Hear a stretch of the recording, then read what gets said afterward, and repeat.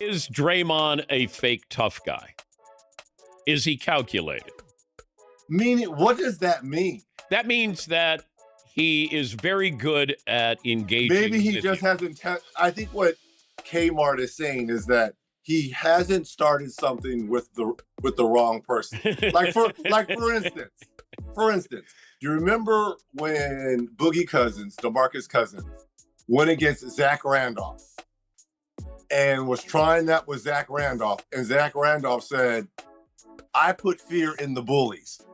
He picked on the wrong one, because DeMarcus used to go after just about everyone, but he wouldn't go after Zach Randolph, right? And I think that's what Kmart is saying. Like, you're not going after the real tough. You're not going after all the enforcers. Draymond Green just made the wildest slip-up of his whole career, and it wasn't even about basketball. One single word turned a regular podcast into a full-blown war. And now two of the NBA's toughest dudes are locked in a feud that's got legends picking sides and old locker room stories flying out like bullets. This ain't just online talk. This is pride versus pride, and neither man's backing down.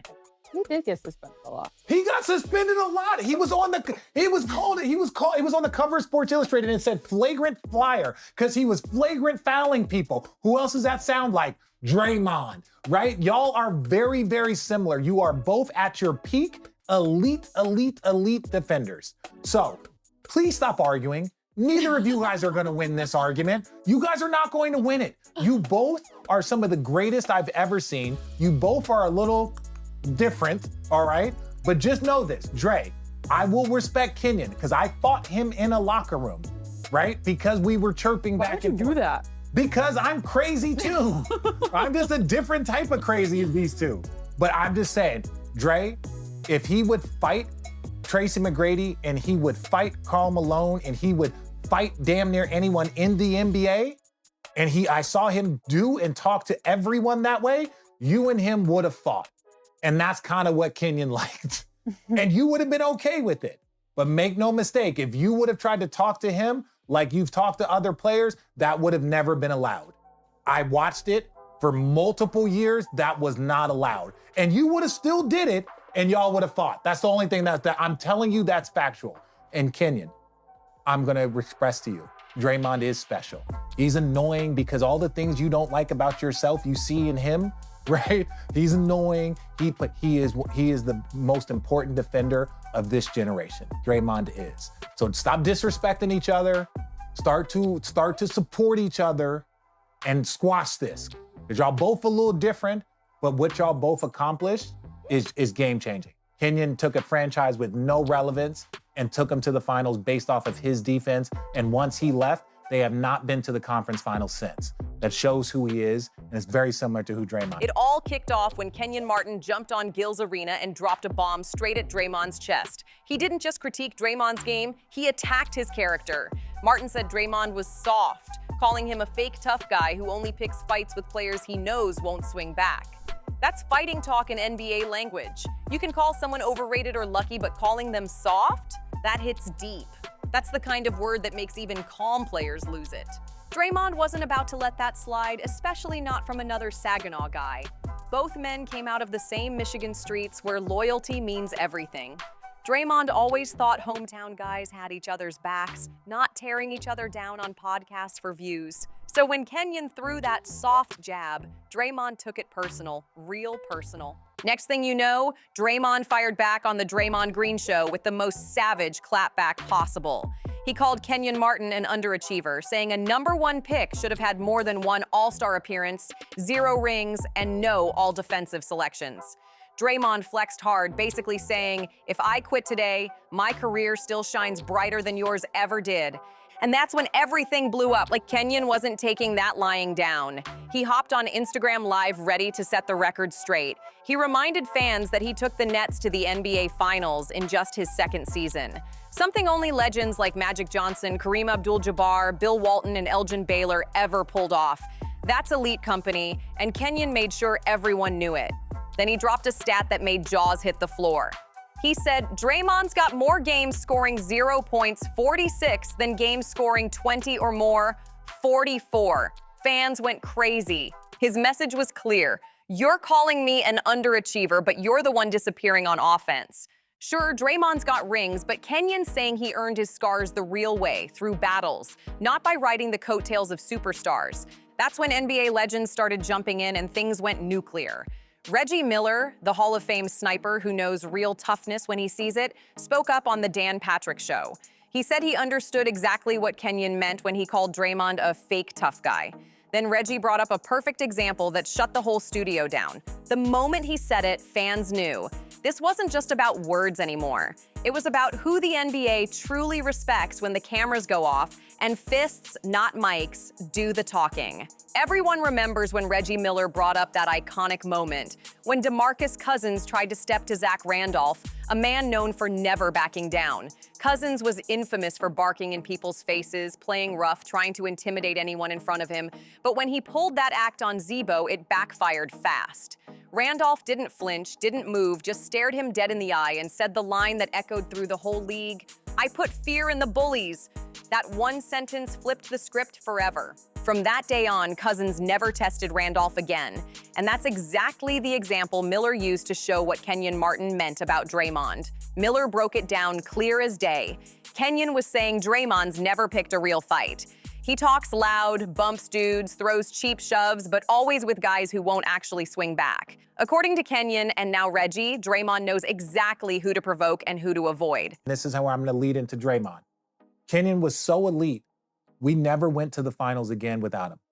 We never went to another conference finals. We went to multiple playoffs, we never went to another conference. Obviously, Kenyon had, I think, the knee surgery, the microfracture, so he was a good player, but never the ability to be a great player, in my opinion. I love you, Kenyon, but that's just the true after the knee surgery. But Kenyon was that dude.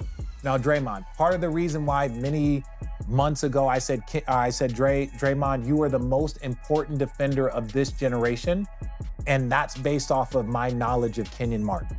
That's my knowledge of Kenyon Martin and what he would do, right? That's why in Golden State, if they lose you, right, it's a problem. Same way when we lost Kenyon, we never went to a conference finals. Now, to Kenyon's point, Dre, I love you to death.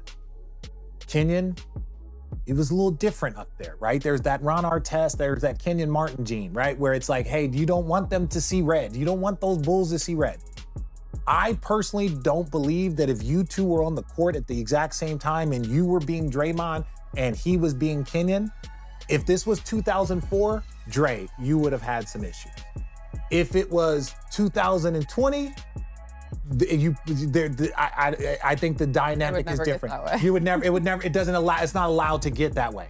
If you were playing with Kenyon, because I watched him club Karl Malone, I watched him club Tracy McGrady, and part of the reason why I got the start, or they traded Keith Van Horn, is because every time Kenyon would get suspended, and it was a lot, I would get to start.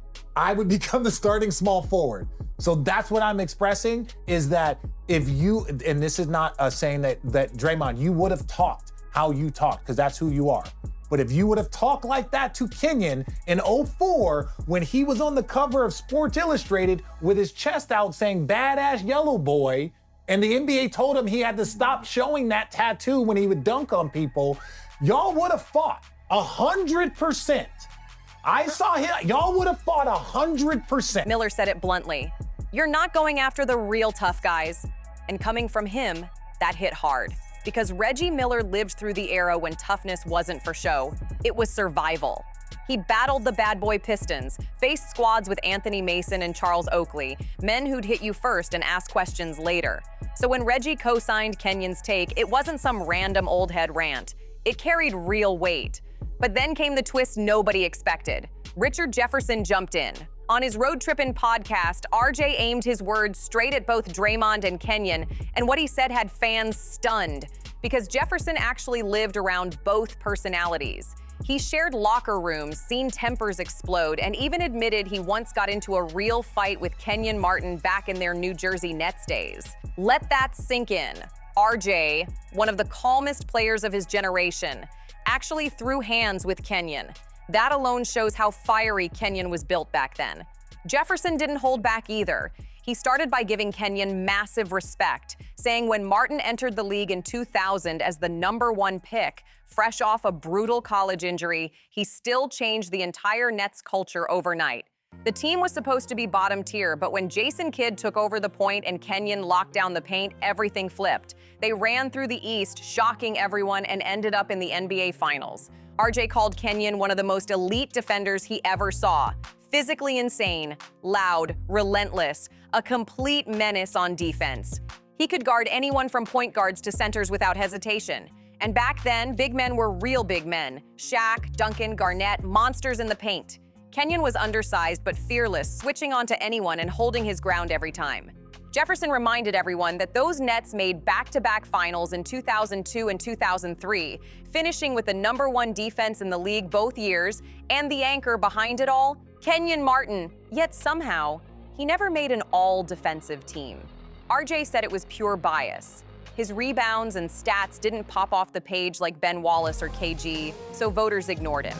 Add a few suspensions, and the narrative turned against him fast. But to anyone who actually watched, Kenyon was the defensive soul of that team. Then RJ dropped the bomb that had both fan bases shook. He said both Kenyon and Draymond went to anger management.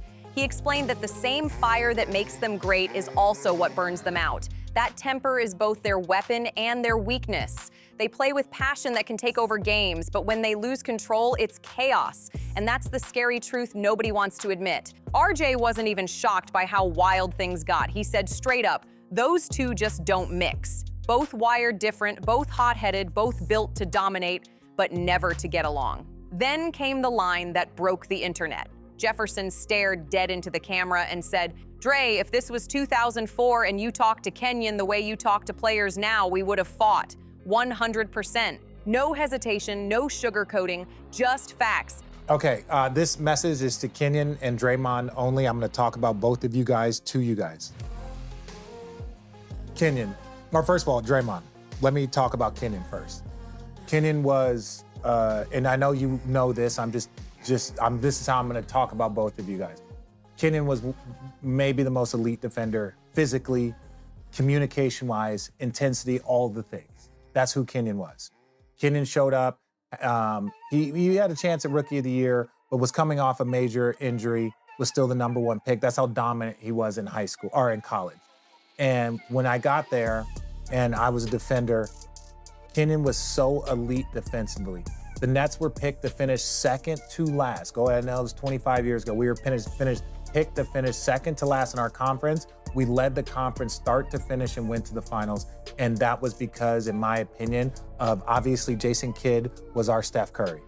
But Kenyon Martin was our Draymond Green. RJ even said he personally saw Kenyon throw hands with Karl Malone and Tracy McGrady. He didn't care if you were a rookie or a Hall of Famer. If you crossed him, it was go time. Jefferson laughed, saying half his early starts came from the games Kenyon got suspended. Because it happened that often. Kenyon was pure fire, raw emotion, zero filter, all impact. He reminded everyone that back then, Kenyon Martin was literally on the cover of Sports Illustrated with the headline, "Flagrant Flyer." That's how aggressive he was. The NBA even asked him to stop showing off his yellow boy tattoo after dunks because it was causing chaos every game. That's how wild the man's energy was. He didn't just play the game, he exploded through it. RJ's point was simple but brutal. Draymond can flash his 4 rings and his Defensive Player of the Year all he wants. But if this feud happened in Kenyon's era, it would have ended way different. RJ said flat out, if Draymond talked to Kenyon back then like he talks to people now, they'd be throwing hands, right there on the court. No timeouts, no post-game podcasts, just fists and fury. He explained the modern NBA doesn't even let things get that real anymore, but in 2004, oh, it would have been on site. That's why this whole beef has fans split, arguing over one big question: who's really winning this battle? Kenyon came at Draymond with pure facts, not emotion. He reminded everyone that taking a team to the finals in just your second season puts you next to all-time greats. In his All-Star year, he averaged 16.7 points and 9.5 boards, played 15 seasons through injuries, and did it all without riding the coattails of a generational scorer like Steph Curry. That jab cut deep, because it hit a nerve that Draymond's critics have whispered for years. Take Steph away, and what's left of that dynasty? Would Draymond still be a 4-time champ? Would he even have one ring without the Splash Brothers? That's the angle Kenyon's been pushing, and it's catching fire. He's painting Draymond as the ultimate system guy, a glue player who lucked into the perfect setup. Kenyon even dropped Draymond's career stats, 8.7 points, 6.9 rebounds, 5.6 assists, and said those don't scream superstar, they scream solid role player. To drive his point home, Kenyon made a list. 50 power forwards, he says, were flat out better than Draymond. It had the obvious legends, Giannis, AD, Dirk, Barkley, KG, Duncan, Malone, Bosh. But he even threw in guys like Amar Stoudemire and Chris Webber. Kenyon's message was loud. Draymond's not even top 50 if you judge real talent, not trophies. And the wild part? Some people actually agreed. Paul Pierce jumped in on his No Fouls Given podcast and set the internet on fire. He said, if you watched both players on TV and didn't know their awards, Kenyon would look like the better player. Pierce admitted Draymond's got the accolades, but said Kenyon had more skill. Then he took it further, saying if you swapped Draymond for Kenyon on those Warriors teams, Golden State still wins 4 titles. Fans went crazy. Pierce argued the Warriors needed defense and toughness, and Kenyon brought both in buckets. He said Kenyon could have done exactly what Draymond did, maybe even better. But before the smoke cleared, Jeff Teague stepped in ready to defend Draymond with everything he had. Jeff Teague wasn't having it. He fired back, saying people judging Draymond by stats clearly don't understand basketball. He called Draymond the ultimate team-first dude, the kind of player who sacrifices his own numbers just to make everyone else shine. Teague said Draymond is the emotional engine, the defensive brain, and the voice that keeps the whole Warriors machine alive. And he's not wrong. Whenever Draymond's off the floor, Golden State looks lost. But when he's locked in, the system flows perfectly. He's out there barking switches, setting monster screens, making that extra pass, and doing all the dirty work nobody else wants to touch. You can't measure that in points or rebounds. That's leadership that lives between the lines. 1,000%. Kenyon Martin, guard 1 through 5. We could switch 1 through 4 with Jason Kidd and him. He could guard 1 through 5. He's skinny. He's a skinny boy. So the same toughness of being undersized and having to go against Alonzos and Tim Duncans and those dudes, Kenyon was very similar to you, Draymond, as an individual that would fight against people. Kenyon Martin was both of y'all have been to anger management, and rightfully so. Both of you guys have. And I've played with both of you, and you both need it, and it's also both of your guys' superpower, that intensity. That intensity is both of your guys' superpower, so I'm not surprised that 2 alphas in this space don't get along. I will not disrespect Draymond and all of his accomplishments, but I'm sure is not going to disrespect Kenyon and his ability. He was a one-time All-Star, but think about it. He has no all-defensive team, I don't believe, but he helmed the #1 defense from my first year and my second year, our 2 NBA Finals years, right? Our 2 NBA Finals years. He helmed the #1 defense. He was the center. He was the 2. He was guarding every position. He was that dude. While he should have, in my opinion, it was maybe his rebounding numbers weren't high enough because you had the Ben Wallaces, you had those Dikembes. How are you not on an all-defensive team in Kenyon's defense unless you know, or if you're running those 2 top defenses, you should be on the all-defensive team. Now, let me say this about Kenyon. We went to 2 NBA Finals. We were tied 2-2 with Tim Duncan and the Spurs. Obviously, we lost to Shaq and them. We won 10 straight in the postseason back in 2002. 10 straight in the postseason, Dre. You know how hard that is. That's intensity, that's focus, that's locked in. 10 straight. Then we followed up, and we swept the Knicks the next year. So we won 14 straight games versus our conference. That was the defensive intensity that Kenyon held. Obviously, J. Kidd was the dude. He was the all-defensive guy. Kenyon should have been there. Kenyon was the lead. And that's exactly why this debate split the basketball world in half. On one side, you've got people like Kenyon who believe greatness is about raw power and domination. Guys who prove it every night through pure skill. On the other, you've got fans who value chemistry, IQ, and the kind of impact Draymond built his whole legacy on. Draymond's greatness lives in the results, championship banners, playoff runs, dynasty moments. But Kenyon's argument speaks to pride, to what it feels like when you watch a player go to war alone. It's heart versus hardware, and both sides have a point. That's when Richard Jefferson stepped back in to play peacemaker, and his take hit different. He said both guys are elite defenders who changed the game in their own time, and he begged them to stop tearing each other down when they're really mirror images of each other. RJ said, "You're both fire and chaos in one body. That same energy that makes you great is what keeps getting you in trouble." He reminded everyone both of them went through anger management. Both were undersized but still dominated. Both used heart and IQ to outplay giants. Then he dropped the real truth bomb. "You're both annoying because all the things you hate about each other are the things you can't stand in yourself." That line hit home. Because when you really look at it, Draymond sees himself in Kenyon, a loud, fearless enforcer who'll never fold. And Kenyon sees himself in Draymond, a relentless player who sometimes crosses the line but always plays with fire. The only real difference between them isn't attitude, it's era and jersey color. And that's what makes this feud feel so real, so raw, and so hard to walk away from. Kenyon Martin took a forgotten Nets squad and dragged them to back-to-back finals, straight from the basement to the big stage. And once he left, that team never even sniffed a conference final again. That's how much of a difference he made. Meanwhile, Draymond's been stacking rings inside one of the greatest dynasties ever. But let's be real, he's been surrounded by Hall of Fame firepower from day one.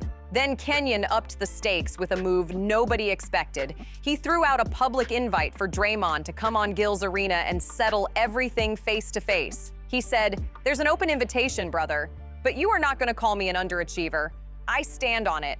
I played 15 years for a reason." That line hit like a punch. But here's the thing, Draymond probably won't take that invite.